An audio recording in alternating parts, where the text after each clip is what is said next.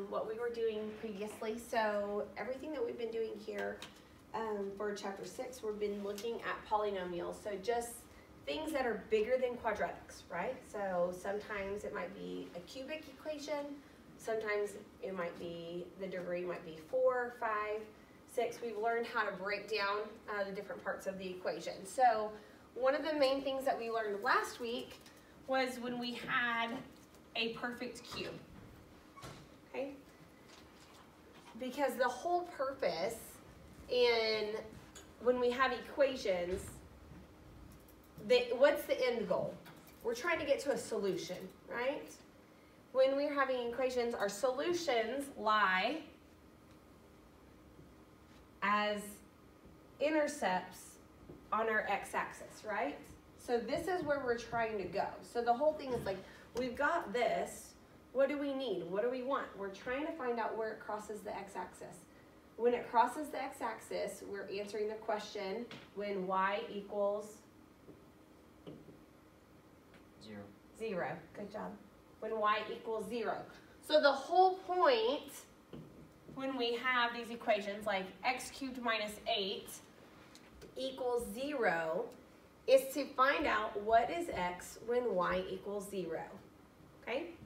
Again, that's where we're going. So how do we find out what x is? Well, way back to the beginning, x wants to go to the movies by himself. How do we get him by himself? In this case, x is cubed. So that's the whole, remember, those are all the steps that we're doing every single time. We're just trying to get x all by itself, and then we're using all of the tools that we've used and that we've learned to get x by itself. So when we had a perfect cube, what was the first step that we did for a perfect cube? We need to get all of the numbers in cubed form, right? So how can I rewrite 8? Add it to both sides. No.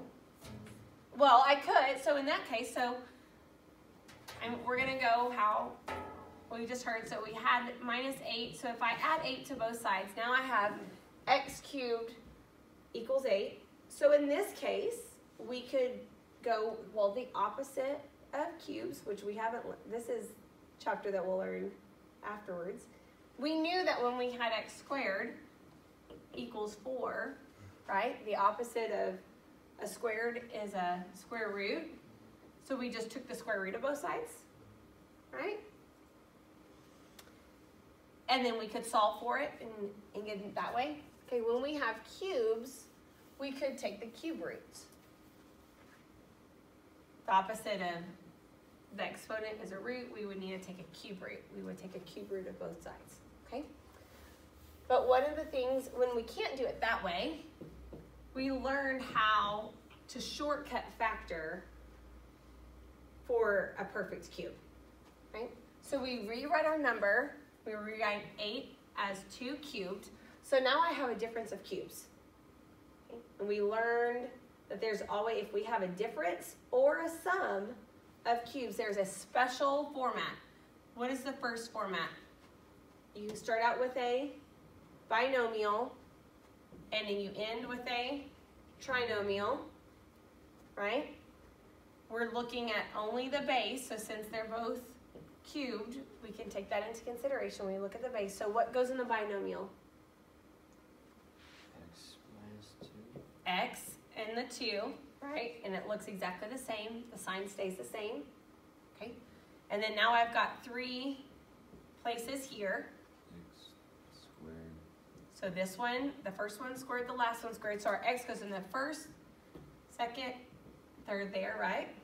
And our 2 we put 2, 2, and 2.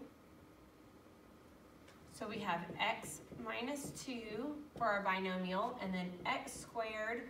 What is the sign of the second one? It's always the opposite. Excellent. So it would be plus 2x. What's the end sign? Always positive. Good job, Joshua. And then we had 4. Okay? So now we have this one in a quadratic, which we can solve according to our quadratic ones, like if it needs to be factored again. So we have x and x, 2, 2. Did that work? No? Okay, so we can't factor. Are there any factors of 4 that would add up to be 2? Nope. So now we'll have to use the quadratic formula to solve on this side, right? The whole point is to get it down. This one is going to give us some values that aren't going to be real numbers. So what we ended up with is now I've got x minus 2.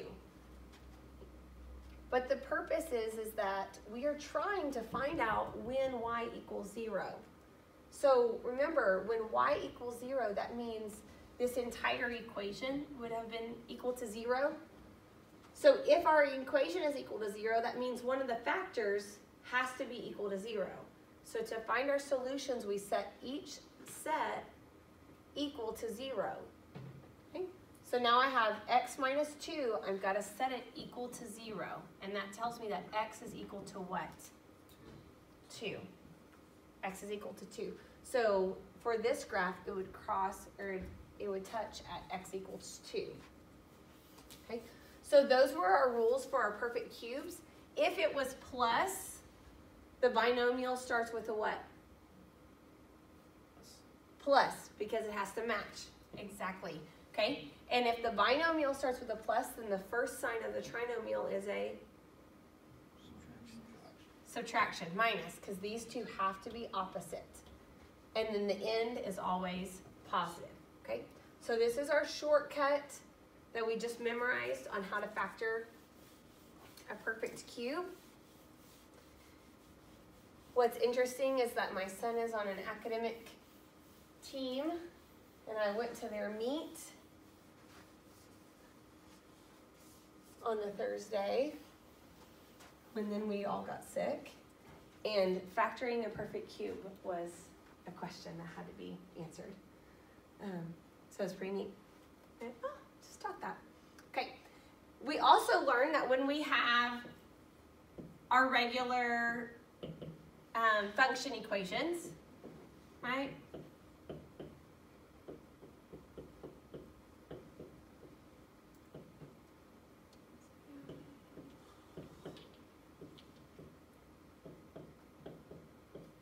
Okay. So now we have an equation that the highest degree is 5 here, and I want to plug in 2. So we know that when we have a function, this tells us that when x equals 2, I'm trying to find what y is, correct? So to solve this, we would need to plug in 2 in every single place where there's an x and work out this equation. We learned that that can get real complicated now that we have a whole bunch of different options on the board. So we learned a shortcut way called synthetic substitution. Okay? What do we do when we use synthetic substitution? We take our x value, and then which part of this equation do we take? The coefficients. Okay, so we have 1, 2, 12, -2, -1, 3. Okay?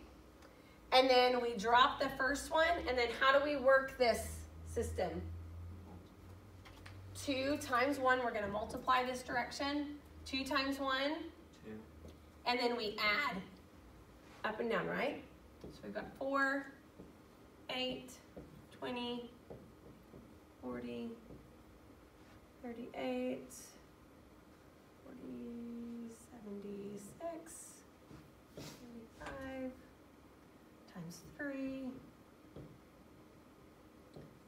25, so 228.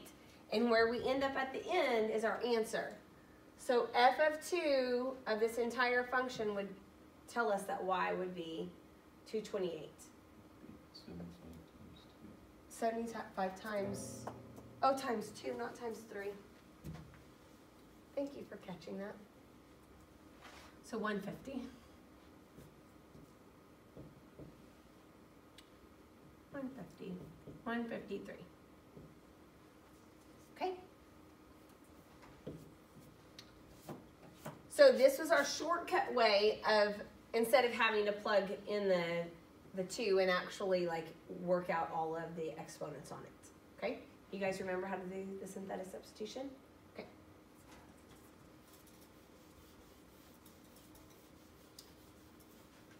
All right, so on this one, let's just leave this equation up here.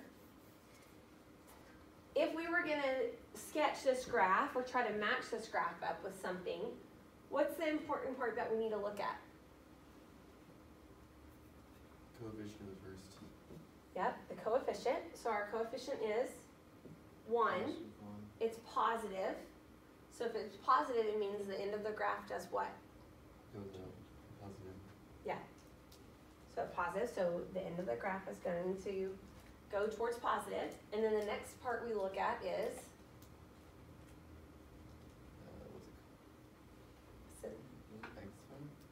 the exponent, okay?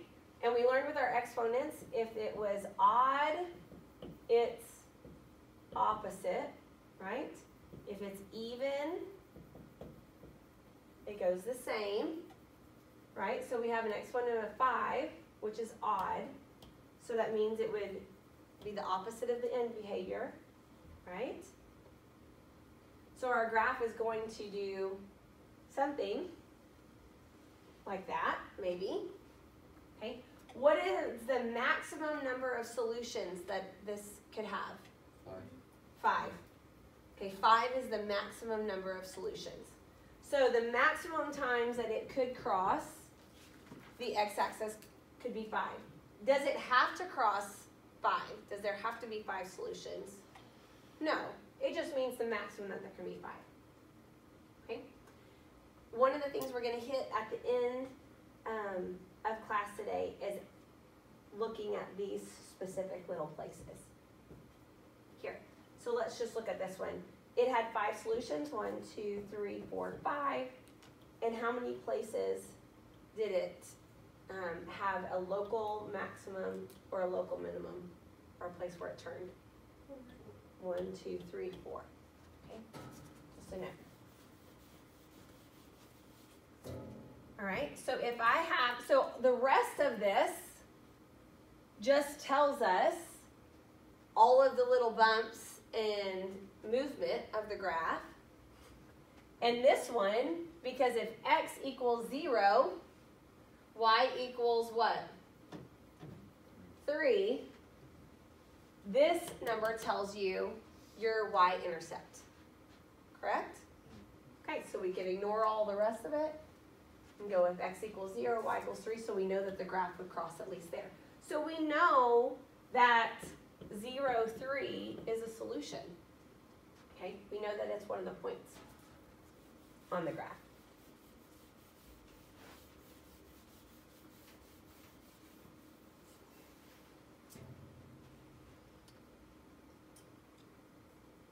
Okay, so we're going to take what we have learned in that synthetic substitution and we're going to use it as we start going through dividing polynomials. Okay, so let's think about regular division. Up here I have, in regular math, we use division, okay? So there's 3 different ways that we can write division. 24 divided by 3, right? We can write it as a fraction. We can write it using a division sign, or we can write it with the long division sign, and we've got a dividend and we've got a divisor. Right? Those were the words that we had for it. So what are we doing when we're really dividing? Well, when we're dividing, we are technically breaking up this number into its factors, correct? That's all we're doing. If I took 24 and I broke it up into its factors, I could have 1 times 24, or I could have 2 times 12, 3 times 8, or 4 times 6, correct? So when I say 24 divided by 3, we all know would be 8. What we've done is really just isolated the 2 factors that multiply to be 24, and so we're going the opposite way. So to think about that, we've been learning about factors of a polynomial. So when we are finding the factors of a polynomial, we're basically just dividing up that polynomial, correct? If we think of it in numbers, we're just taking the 2 numbers, or the 2 maybe little binomials that then multiply together to be that. Okay, so like with quadratics, we put them into 2 little separate binomials here. So we factored it. So technically, if this was our number 24, We could say 3 times 8. We have numbers and variables in here, but we know that x plus 1 and x plus 2, when they multiply, give us our original quadratic there. So those are just factors. The factors are multiplied together to give us back to our regular equation. So we could, in essence, say, here's our big number, and divide it by one of the factors, right? If I divided it by x plus 1, what should I end up with? So if I rewrote this, say we rewrite it, and we have 24, and we know 3 times 8.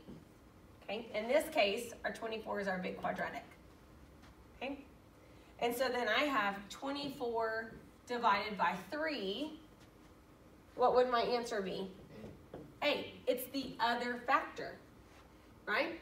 So in this case, x squared plus 3x plus 2 is our 24. It's our main number. We're dividing it by one of the factors, so the answer is going to be x plus 2. It's going to be our other factor. Do we see how that's working together? Any questions on that one? Okay. I could also write 24 divided by 3 in this case, and we would write 8 up top, right? So, because these are your two factors, factor number 1, factor number 2, so I could write x cubed plus 3x plus 2 and divide it by x plus 1. Here's my factor number 1. My factor number 2, this would be x plus 2 is what we would get up top. Factor number 2. Because 1 times 2 gives us the middle. Okay. Any questions? This is important. I'm just trying to show what we're going for. Okay. So, just like we could take our regular 24 and use long division to divide by 3, we can take our polynomials and we're going to use polynomial long division to divide by our factor, okay? And we basically use the same steps. You just usually, since you learn long division in like 3rd grade, you know, you don't really think about it. You haven't really thought about it like that. And you don't have to have the brackets. Okay, so if I had 12, so 216 divided by 12, I would look and say, can 12 go into the number 2? No. Can 12 go into 21? Yes. You know, so we just start working, and then we multiply. 1 times 12 gives me 12, and then I subtract. So I'm multiplying, and then I'm subtracting. I get 96. Can 12 go into 96? 8 times. Put it up on the top. 8 times 12 is 96. And multiply again, and I subtract. So when we use long division, we're asking, can our number go in?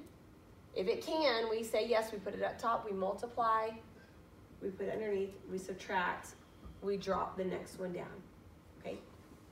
We are going to use those same exact steps for polynomial long division, okay? Now, the thing that's important, and I have it written up there, I'm gonna work it out. As we do this polynomial long division and compared to our regular numeric long division, with our numeric long division, our 12 was a unit all by itself, right? So we didn't say, could 1 go into 2? We had to look as 12 as a unit. So the unit that we look at for the polynomial long division is the first term, okay? It will always be the x value, or this first term value. So the plus 1 is along for the ride. It gets used, but it's not the one that we asked the question about. So when we work through the questions, like can 12 go into 2, we're asking that of this first term. Okay? And so what we also want to know is when we have polynomial long division here with our regular long division with a number, we had to put the numbers in the right place. So when 12, could it go into 2? We said no. You have to make sure and leave a space. Some teachers taught you to put a 0, some just said leave that space, and you moved over. In the same way here, as we've been doing all of our adding like terms and multiplying like terms, we've always been careful to keep all of our term values lined up, right? So x squareds always have to go with x squareds, or x's always have to go with regular x's. We can't put them in different places. Okay, so in the same way, if you look at your original, basically this is your little x squared column, right? And now I've got my x column, and then I've got my constant term column.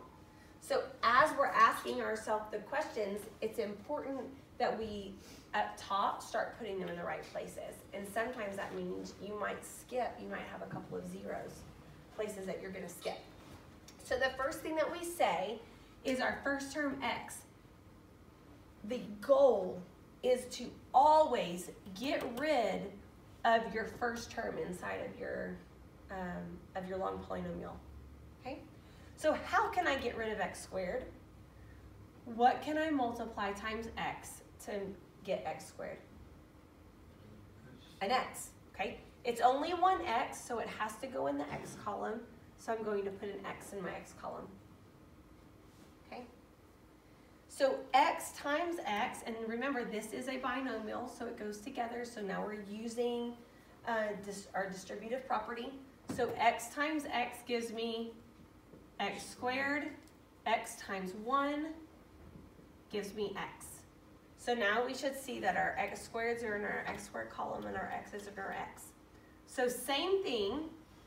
Now this is the tricky part, and this is a personal preference on how you want to do it. If there are negatives, this is the place that you most likely will make a mistake. Remember, what do? We multiply and then we subtract. So we have to subtract our new polynomial here that has 2 terms, but we are subtracting both of them, okay? So if you just put a minus sign there and it just affects this first one, you're gonna make an error on the second one. So I often will put brackets, put these little parentheses around it, or you can remember to just go ahead and change the signs. Again, that's gonna be a personal preference for you to make sure you don't get it, but we are subtracting the entire portion. So now I have x squared minus x squared, and I got a 0. If you do not get a 0 here, you have started wrong. The goal is to always get a 0 in the first one, okay? Now I have, was that a positive? Positive 3x minus x. 3x minus x is what? 2x. Excellent. Okay? And then we're going to drop down like we did before. And then we ask ourselves the same question again. I want to get rid of 2x. How can I make x? What times x gives me 2x? So I'm going to have a 2, a positive 2. I'm going to put it in my constant term spot. So 2 times x, we're multiplying again. 2 times x gives me 2x. 2 times 1 gives me 2. I'm subtracting the entire thing. 2x minus 2x gives me 0. 2 minus 2 gives me 0. I ended up with no remainder. Okay? If I have 27 divided by 4, and I say 6, 24, and I have a remainder of 3, would I be able to say that 4 is a factor of 27? No. 4 would not be a factor of 27 because there's a remainder. If you ever end up having a remainder, then whatever you divided by here, so your divisor, is not a factor because there was something left over.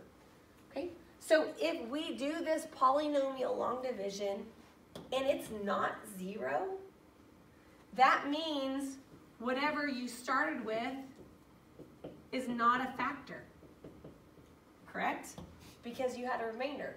So in this case, it ended up 0. So is it a factor? Yes. Yes. Okay, so x plus 1 is a factor, and the other factor is whatever we have left up on top, x plus 2. Okay.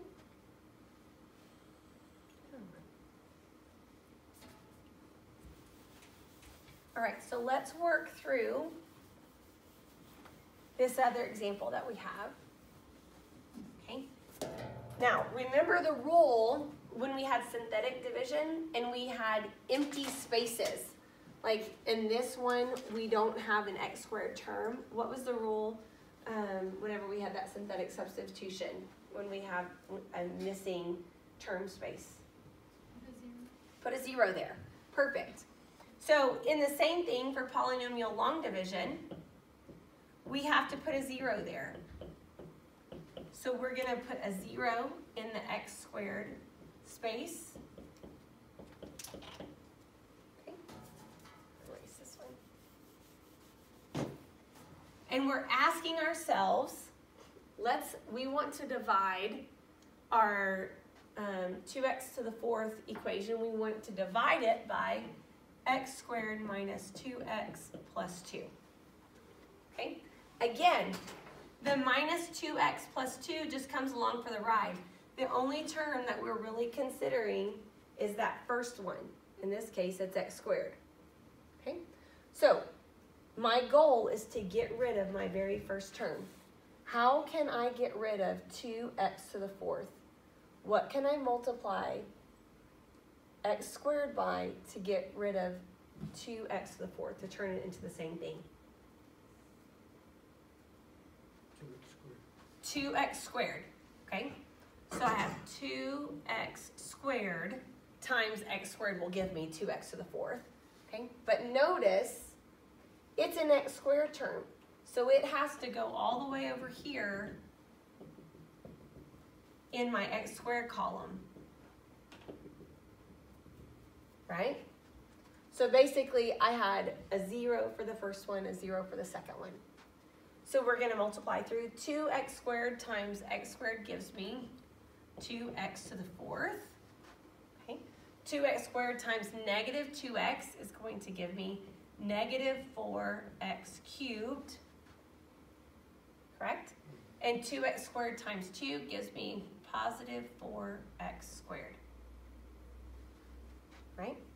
So again, we are subtracting this entire thing, and we had a negative here in the middle, so that's the one that we need to watch. So I've got 2x to the 4th minus 2x to the 4th. Did I get a 0? Yes. Success. So now we can go through. I've got 3x cubed minus a negative 4x cubed. So do we see how we've got our double negative here? So 3 plus 4 gives me 7 x cubed. And then I had a 0 here, so that one just goes together. And I bring the next one down. Okay. So what's the question that I ask now? This is my new polynomial on the bottom. How do I get rid of 7x cubed? What do I need to multiply x squared? Yes, ma'am? Would the 4x squared, wouldn't that be negative? It is. It is. Thank you. Minus that one. Okay? So now the question is, how do I get rid of 7x cubed? What do I need to multiply x squared by to get 7x cubed? Another word. 7... X squared. Oh, What? sorry. Just 7x. Just 7x. Okay, so a positive 7x gives me 7x cubed, and then minus 14x squared, check my work, okay, plus 14x, correct? We're going to subtract the entire thing. 7x cubed minus 7x cubed gives me a 0, check mark. So that was correct. Negative 4 minus a negative 14, so negative 4 plus 14 gives us 10. Okay. 5 minus 14 gives us a negative 9. Okay, and then we have our negative 1. So now we're down again. How do I get rid of 10x squared? I've got an x squared. So now we're down to our constant, and you should always end up with your constant. So I needed a 10 times it, right? So 10x squared, 10 times negative 2 is negative 20x, and then plus 20. I'm going to subtract the entire thing. 10x squared minus 10x squared, it gives me a 0. 9x plus 20 gives me 11x. And negative 1 minus 20 is a negative 21. So then my question is x squared minus 2x plus 2 a factor here? No. Because I had what? Had a remainder. Okay. When you're doing this work and then for homework work, it is okay to have a remainder. If I had, let's do that 27 again. 27 divided by 4. We said 6, 24, and left it as 3. Sometimes in school you learned that this was 6 and you would write remainder 3. Okay. What is another way to write this remainder? 0.3. Actually 3/4, right? The remainder divided by your divisor, right? Because that's what you're really asking. Can 3 be divided by 4? So we could say 6 3/4. In the same, for these polynomial long divisions, the way that we finish out when we do have a remainder and they're asking you what it is, you're going to add and you're going to have your remainder divided by your divisor. And it's written in a fraction form at the end. So on your homework, just write it when you have a remainder. Write it here at the end with your remainder on the top and then your divisor, what you were dividing by initially, as a fraction at the end. Yay, we got the same answer. Okay, so because there was a remainder, we know that it was not a factor. So therefore, we couldn't find a solution where that graph crossed. We can't use those. Okay, let's do this next one. Is x plus 2 a factor of x cubed minus x squared minus 2x plus 8? Okay, so what one are we looking at? Anna, which term are we concerned about here? What's the only one that we look at?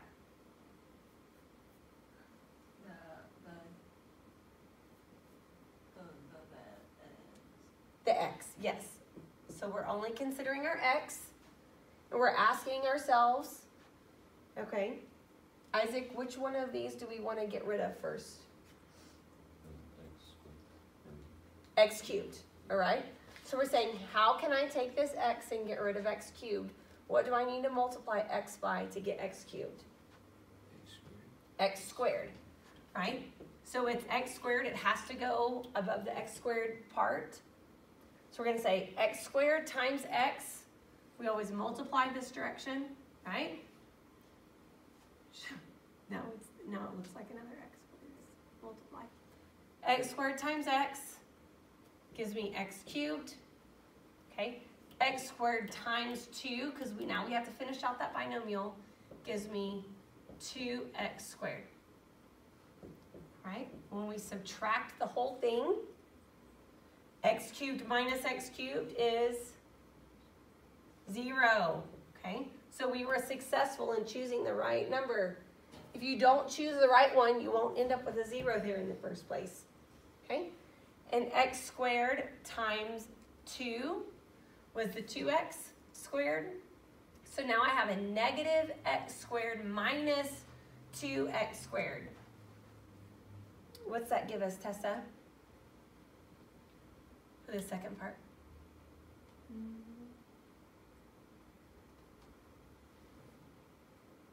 So we've got negative x squared minus 2x squared. Sorry. That'd be negative 3x squared. Perfect.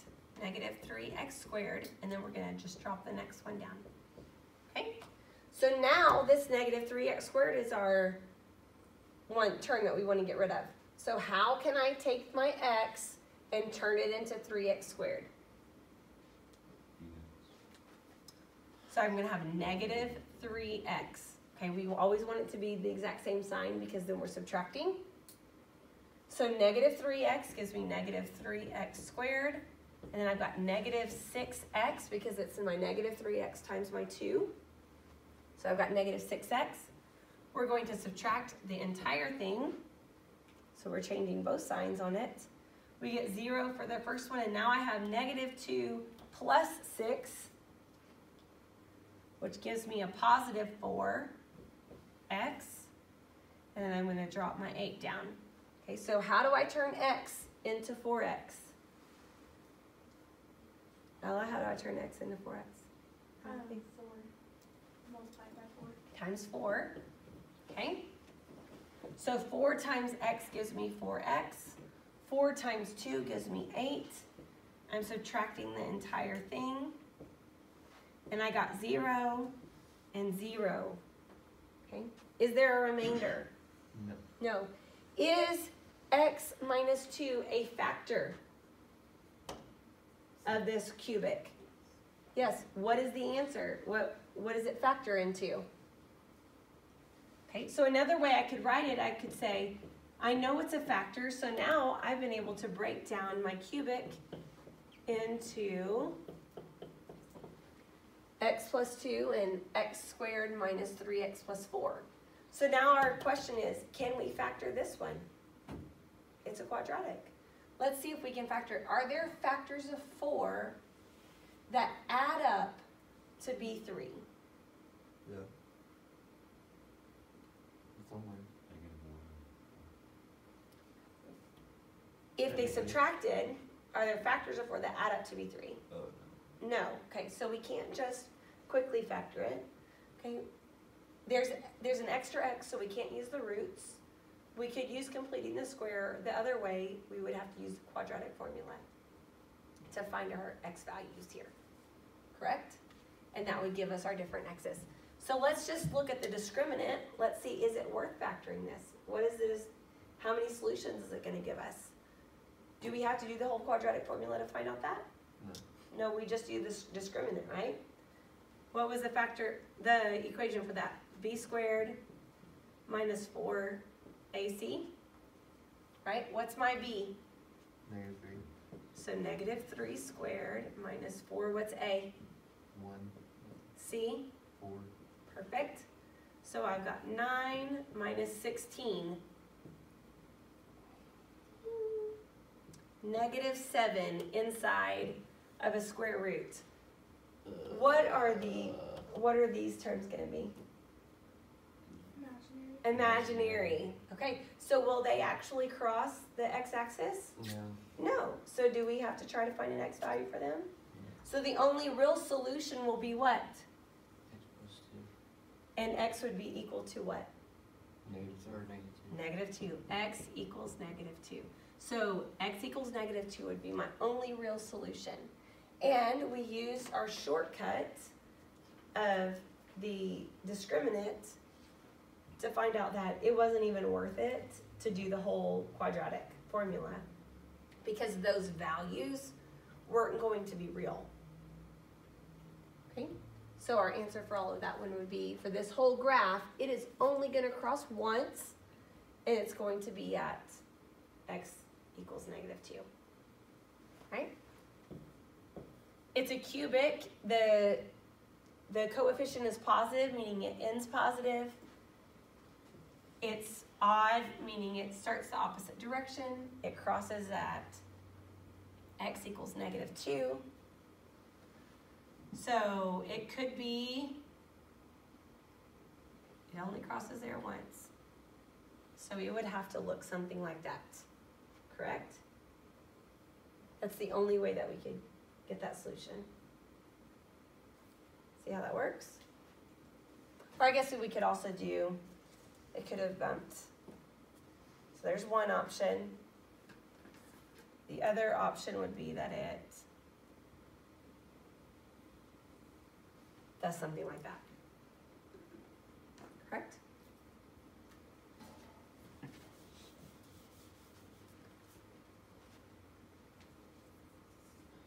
Come on. Okay, so this is the long way to do polynomial long division. There is a shortcut way. And it uses the same exact form of our synthetic substitution. That's why it was important that we learn the synthetic substitution first, okay? So in your book, there is a theorem that describes the long version that basically ends up saying, at the end of the day, if you had f of x, okay, and you end up with it as 0, where you have no solution, then your term here is actually a factor for your equation, okay? And so you can read about that. The way that we're actually going to write it out and work it is, it's just proof for being able to use a synthetic substitution. So when we had our f of x and we plugged in a number, we were able to use that synthetic substitution as a shortcut, right, to get our answer.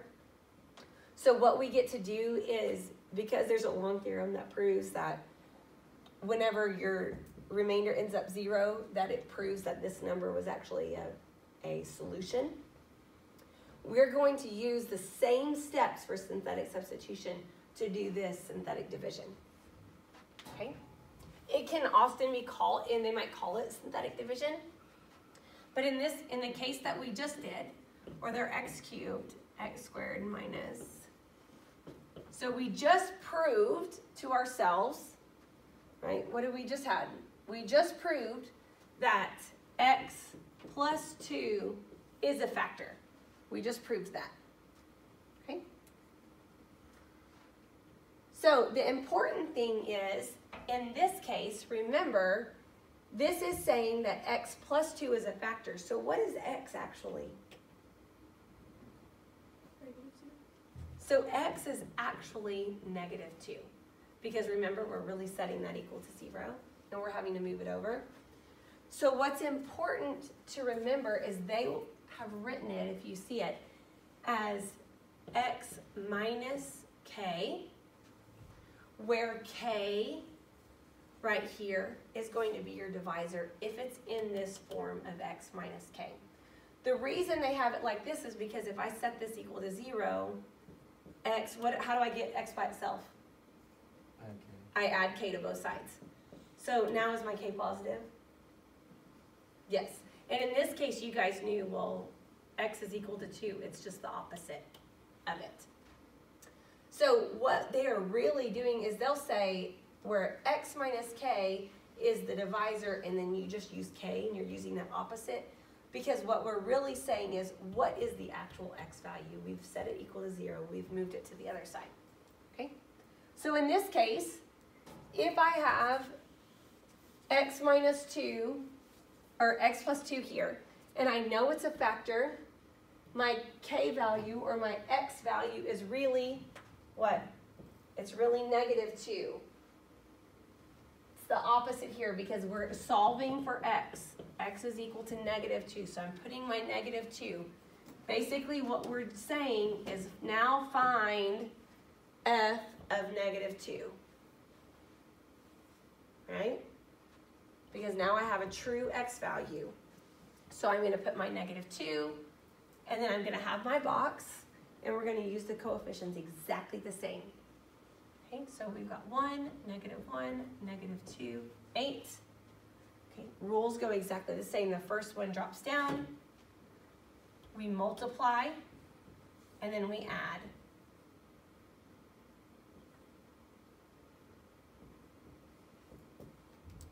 Okay. Now in this case, my last number here is my remainder. Here we go. If we get 0 as your last number, you have 0 remainder, which means it's a factor, right? So let's look at these numbers that we got. When we just solved it here, we said that we got x plus 2, and we ended up with x squared minus 3x plus 4. Isn't that what we ended up with on the top when we worked it all out? Okay.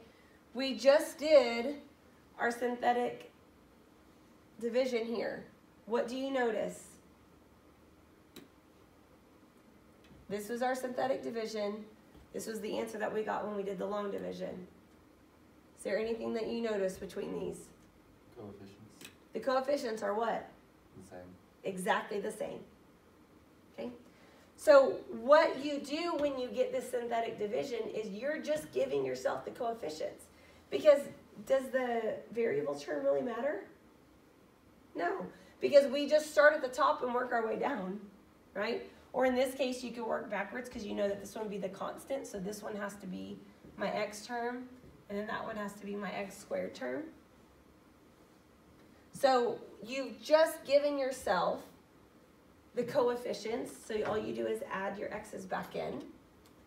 And we know that this is a solution, so we know that x equals -2 is a solution. So how would I rewrite this back as equal to 0 when y equals 0? I'm going to add 2 to both sides, right? So now I know that x plus 2 is a factor. So we're back to the beginning. We were just able to rewrite our number, our x value, as an actual binomial. Okay? So if I had x is equal to 1, what would be the factor? How would I rewrite that as a binomial? I want all of the numbers on the same side. X minus 1 equals 0. Right? So x minus 1 would be one of my factors. Okay? If I had x is equal to -7, what would be my factor that I know would be true? 7. I know x plus 7 would be true. Okay? See how we're moving just back and forth across our equal sign? Okay. So anytime we do our synthetic division and you get a remainder of 0, then your number is an actual factor in the form of, like where you set it back equal to 0 with an x value. And then you have a new one down here, and then we ask ourselves, can we factor this anymore? We're going to move down, and we already know we can't factor that one down anymore. All right. So let's look at this one. We could do it in the long division, or we could do in a synthetic. What do you guys vote for? You want the long way, synthetic, or both? Synthetic. Okay. So we have x cubed plus 2x squared minus 6x minus 9. And we want to know, can it be divided by x minus 2? So we could do our long division, Or we could take our coefficients, 1, 2, -6, -9. Did I have to put any zeros in? No, because we started at 3, 2, 1, constant. We didn't need any placeholders. What number do I put out front? Joshua says 2. Who agrees with them? Positive 2. Okay? We're putting a positive 2. It is the opposite here. We're putting what x is truly equal to. If x minus 2 is equal to 0, then x would be equal to 2. So we're putting the number that x is truly equal to here. Right? So we drop our 1. 2 times 1 is 2. We're adding. We've got 4, 8, 2, right? 4. Okay, I ended up with -5. Is x minus 2 a factor of that cubic equation? No, it's not. Okay. So then let's ask ourselves, is x plus 3 a factor? Okay. So what number is our outside number? -3. Excellent. Okay, because if I set this equal to 0, x is equal to -3. Putting the true value of x. Okay, so let's drop it. 1, -3, -1, 3, -3, +9. -9 plus 9 is 0. Is x plus 3 a factor? Yes, because I got a remainder of 0. What's its other factor? How do I rewrite these coefficients, these numbers now, as another factor? X squared minus x minus 3. X squared minus x minus 3. Excellent. So now I've rewritten my numbers. I know that x plus 3 is a factor. So I've rewritten it as a factor. This is your factor number 1. Okay? Here's my factor number 2. This would just be like 3 times 8 to get me back to the beginning. Okay? Now, is it sufficient to stay here? No, we have to ask ourselves, can we factor this more? Because the goal is to find out what is x equal to. Are there factors of 3 that subtract to make 1?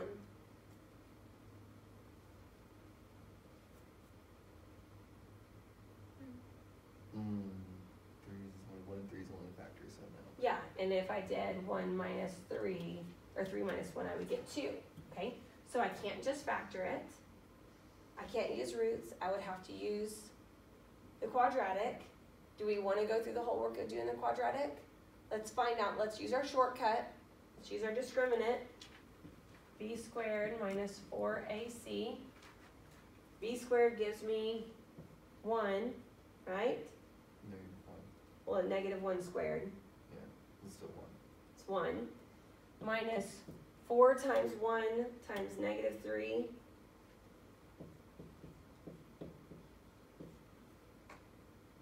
Because that's -1 squared. So I've got 1 plus 12 gives me 13, right? So I'm going to have a square root of 13. So will I have, and I'll have plus or minus, so will I have 2 more real solutions? Yeah, they're just going to look a little messy.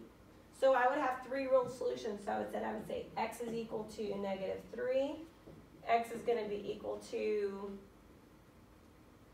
-b plus or minus square root of 13 over 2.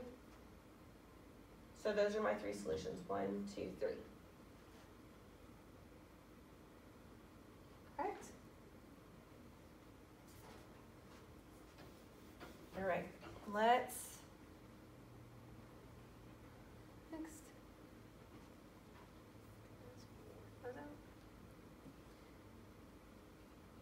Okay, so because we know that when there's no remainder, it is a factor, we can use this synthetic division as a quick guess and check. just because it's really easy to do the multiply and add. You know, we can go down those really quick. Okay? So what you may often see, what's important to know is just the wording behind stuff. Okay? Let me change this.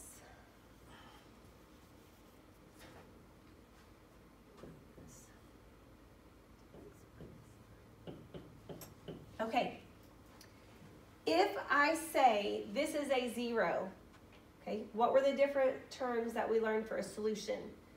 X could be a solution if we say it's equal to, right? It could be a 0 or it could be a root, right? So when you hear the thing and it says 1, 0 is, that just says one solution is. So if 1, 0 is x equal to 2, what is that factor? How do we rewrite this as a factor? X minus 2. X minus 2, okay? So if a 0 is this, they're saying this is actually a factor. This works out as a factor. It's true, okay? So when we rewrite it, we put it back equal to 0. So we've got x minus 2. We know that x minus 2 is a factor of this cubic. So then our question are, what are the other factors? Okay, so we use that synthetic division. We're going to copy down our coefficients. We're going to use, we know that 2 is a factor. They told us it's true. So we should, if they told us it's true, what should we end up with? 0. If you don't end up with 0, have you made an error? Yes. Okay, so we drop our 1, we multiply. We have 0 there. A 0, -9, -18. We got 0. Perfect. How do I rewrite these numbers that I've gotten on the bottom back into terms with variables? The first one is the constant. We're going to add our x's in going that way, right? Going to the left. First one's the constant. The next one is our regular x. And then we've got x squared. So let's rewrite this nicely. I've got X squared minus 9. x squared minus 9. So I know that x minus 2 is a factor. Now I know the other factor is x squared minus 9. Can I do anything with x squared minus 9? What is special about x squared minus 9? It's a difference of squares. Perfect. So I'm going to rewrite that as x and x, 3 and 3. And what was the rule for a difference of squares? Opposite sides. One's positive and one's negative. Okay? So now instead, I have managed to get x by itself. So what are my solutions? How do we find solutions? This entire thing is technically, we're setting it equal to 0. We want y to be equal to 0. If y is equal to 0, then one of these factors must be equal to 0. If the first term is 0, what would x be equal to? 2. 2. And the second factor, x is equal to -3. And the third one, x is equal to 3. So now we have our 3 solutions. X is equal to 2, x is equal to -3, x is equal to +3. What does that mean on the graph? What are these values? Where it crosses. Where it crosses. So when x equals 2 is going to be a point, when x equals 3, and when x equals -3. So these are points that we would need to graph. What does our equation tell us? Where does the graph end? And it's positive. Positive. And they're opposite. They're opposite, so it has to start negative. So somehow I have to get from here through all of these points. Okay? What does it tell me about my y-intercept? It hits 18. It's at 18. So somewhere up here, I'm crossing at 18. Right? Can I pretty much draw a graph? No? I could go up, that one down, Would this be an accurate sketch of our graph? It's going to be pretty accurate, right? So you guys were able to take all the information that you already knew and come up with a graph for that, okay?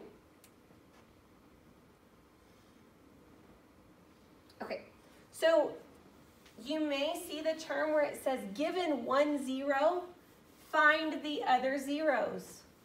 When they say find the other zeros, they are asking you to find what? The other solutions. The other solutions. Excellent. Okay, so in this one, let's look at it here. We've got 2x cubed plus 3x squared minus 39x minus 20. And they say x is equal to 4. This is a 0. How would I rewrite x equals to 4 as a factor for this equation? X minus 4. So we know that somewhere when we rewrite it, we're going to put this back in as a factor, right? So if x equals to 4, we're putting in the first part, we take only our coefficients. We're going to drop, multiply, add. We ended up with 0. Should we have ended up with 0? Yes, because they said this one is a factor. Now that we had 2, 11, so we end up with 2, 11, and 5 here on the bottom with that 0. We add our x's in going backwards. This is our constant, and we add 1x, and then our x squared. If there was another term, it would be x cubed, right? We would just keep working our way back up. Always starting with the constant. So we've taken 2, 11, and 5, and we've changed it into 2x squared plus 11x plus 5. And we know that this x equals 4 is a factor. So we're able to write this. We have now factored our cubic equation into this form. So then our question becomes, now I have a quadratic. Can I factor this quadratic? I've got a coefficient of 2 and 5. Is there any way that I can add things of theirs to become 11? Yes. This one breaks down into, so I did 2x and x for the first one. 5, it's going to be 5 times 1, but I want to get up to a 10. So now I have 10 and 1 gives me my 11. Everything is positive.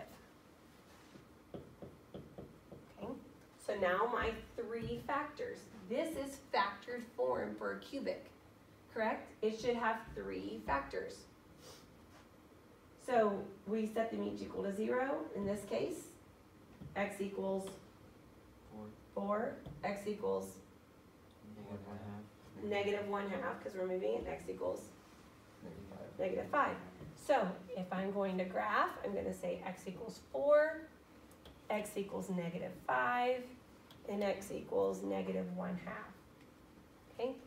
What does it tell me? I'm ending what? Positive. It's opposite. It's opposite. Where's my y-intercept? Negative 20. So somewhere way down here. Okay. So he's going to go up and through this one, down here across, and go back like that. Okay? So if you're given an equation and factor in a graph, we should be able to match our graphs to our equations, correct? According to our solutions that we have. Okay, so what if you're not given a solution? What if they say 2, like in this case, they said 4 is a solution. And like here is a 0. What if you're not given a solution? Is there a way to make an educated guess on what the solutions could be? The answer to that is yes. Okay? And the way that we do that is in this long case that we had where we had our 2x cubed minus 3x squared minus 39x minus 20, okay? the shortcut for what the solutions are is that we have factors of our constant divided by factors of our first coefficient. Okay? And that will give us all of our possible solutions. So you will never ever have a solution that doesn't fall within these rules. So in this case, factors of 20, I just wrote them out. 1, 2, 4, 5, 10, and 20. Right? Factors of 2 are 1 and 2. So the only possible solutions have to be that one of these numbers has to be on top and one of these numbers has to be on the bottom. We found out that our answers were -1/2, -5, and 4. Does that qualify? Could I get -1/2? Yep, I could use -1 and a 2. Okay. The reason that we say our factors are plus or minus is because if I'm getting 20, I could do -1 and -20, correct? So we could have two negatives could still be multiplied to get us a positive number. Okay, so yes, I was able to get -1/2 out of these factors. I'm able to get -5 because I can have 5 over 1, right? I can also get 4 by doing the positive 4 over 1. So were there a lot of other solutions that we could have gotten? Could 5/2 maybe been an option? Yeah, it could have been. They just weren't solutions for it.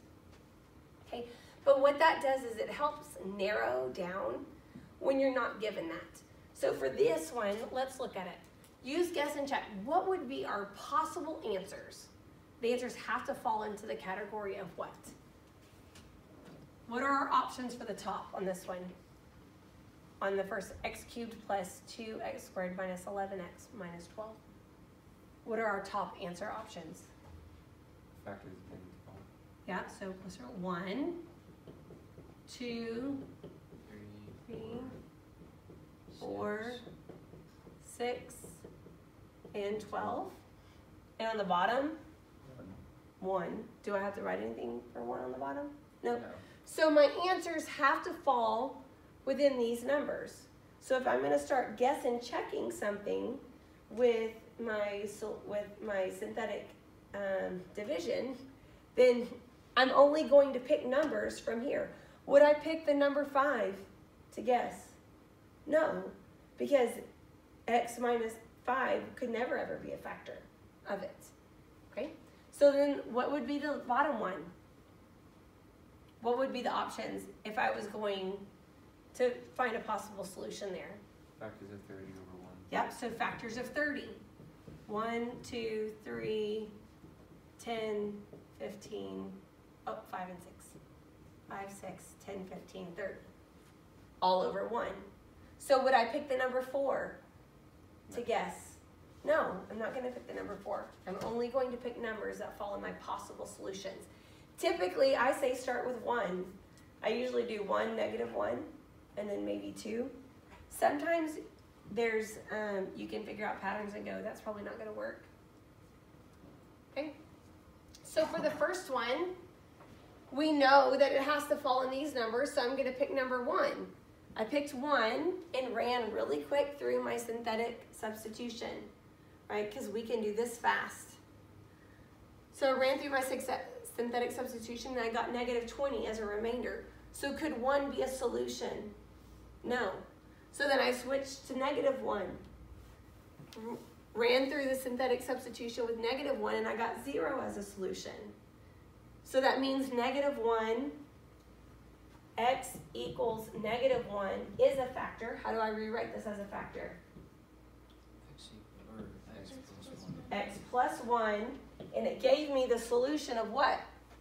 1, 1, and -12. So x squared plus x minus 12. 1, 1, -12. Okay? So here I'm able to rewrite it.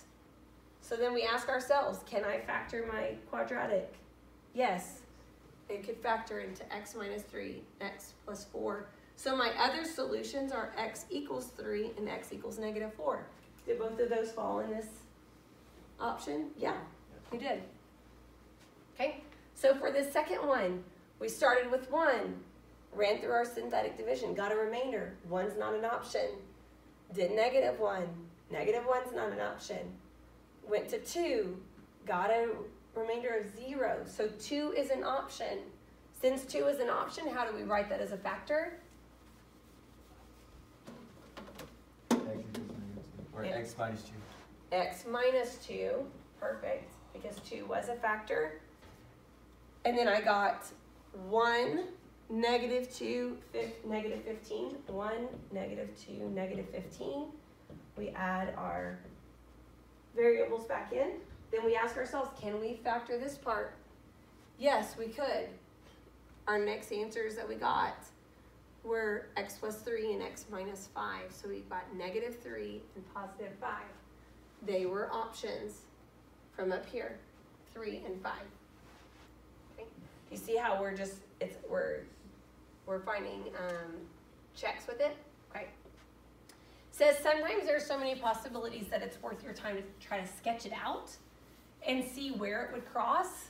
And that's like using Desmos or a graphing calculator, and you're like, oh, it really looks like it crosses at 4. Let me try that one. Your negative solutions rarely make sense if you've got a word problem working it out, because they're wanting you to find out maybe profit for a business. Are you going to want to have negative options? No, you can't have negative money for that. So for the sake of this course, we're not going to go into all the rest of those options that they give us, okay? So as we were looking initially, we had that graph earlier when we had x to the 5th. We said our possible solutions, you guys already know that the exponent, the degree of your polynomial, tells you how many possible solutions you could have. That means how many times it could possibly cross the x-axis, the maximum number of times. And then we have these parts that turn.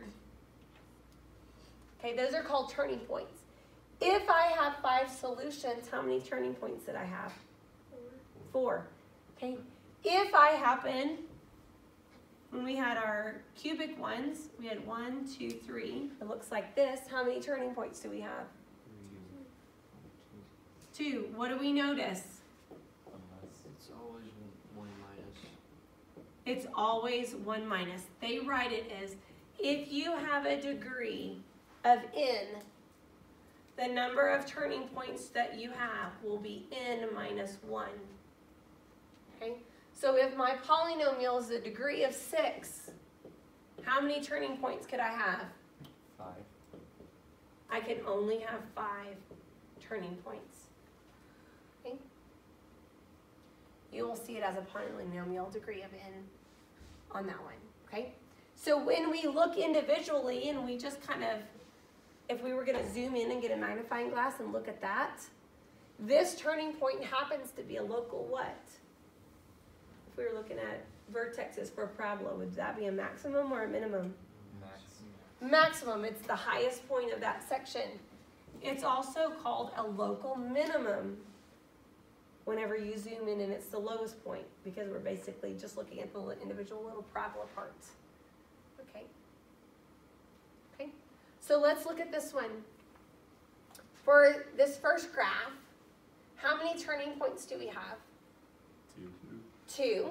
Okay. How many zeros did we have? 3. Okay. What is the minimum degree of this equation? The degree means, you know, the exponent that it could be. Since I have 3 solutions, the minimum, which means the lowest degree, so my x value has to be what? At least 3. It has to be at least a cubic equation. Could it be more than that? Yes. Could it be x to the 6th? Yes. But at most, it has to be at least a cubic equation. So let's look at number 24. How many turning points do we have?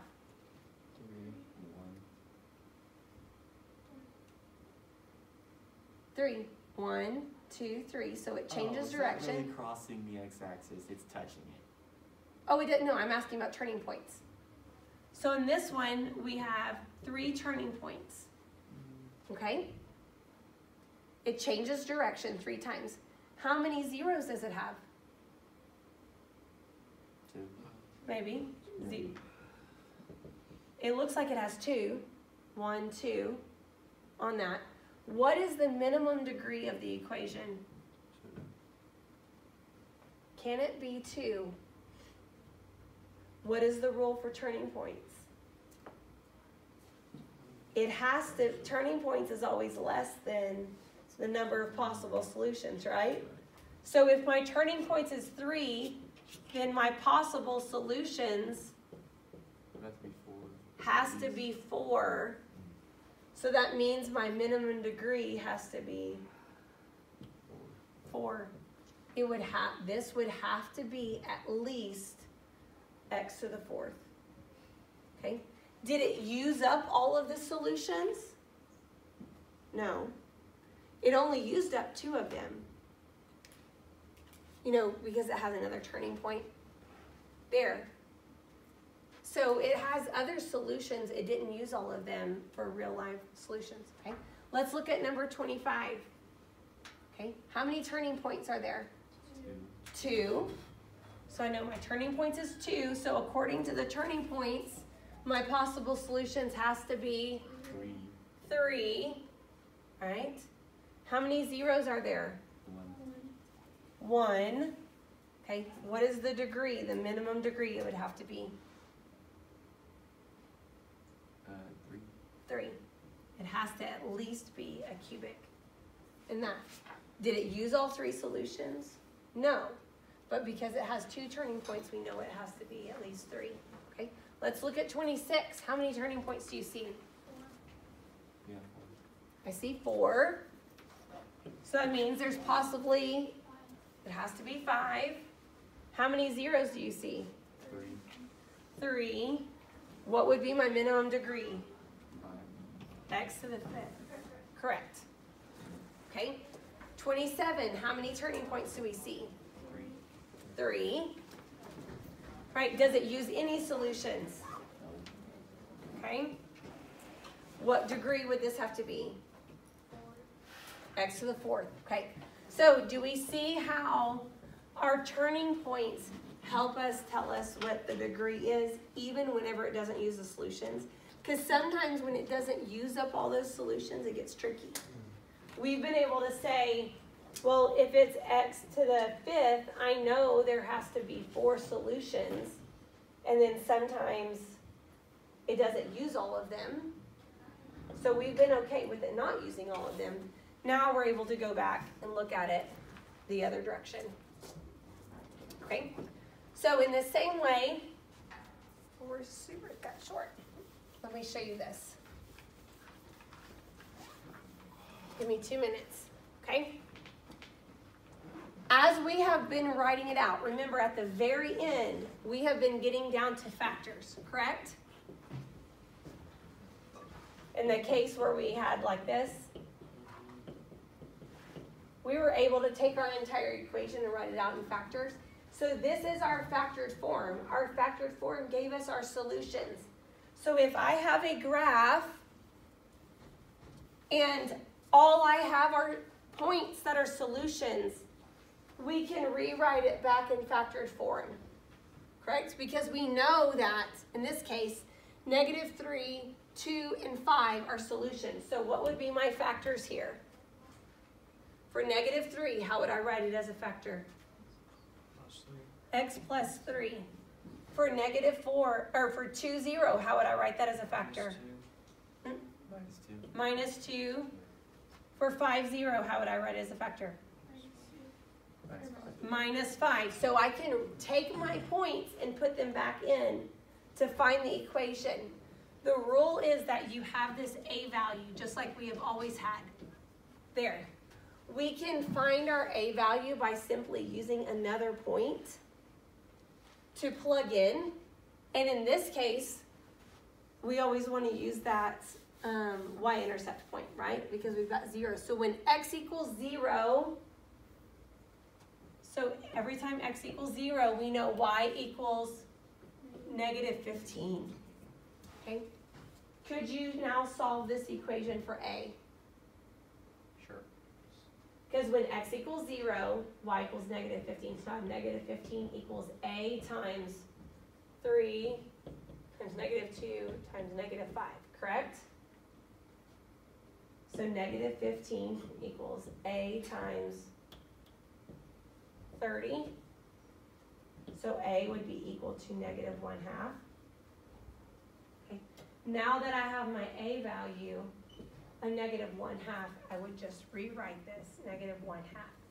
So now we wrote an equation from a graph. Does that make sense? You'll need to be able to look at the points and find just like this and take your points and just put them right back in to write an equation for the graph. Once it's in this place that we're not, I don't want you to go, I don't want you to multiply these all back together to get it as a cubic or a quadratic quad, okay? This is just fine. Does that make sense, how to take the points and just plug them in? Is that, okay. All right, you guys are good to go.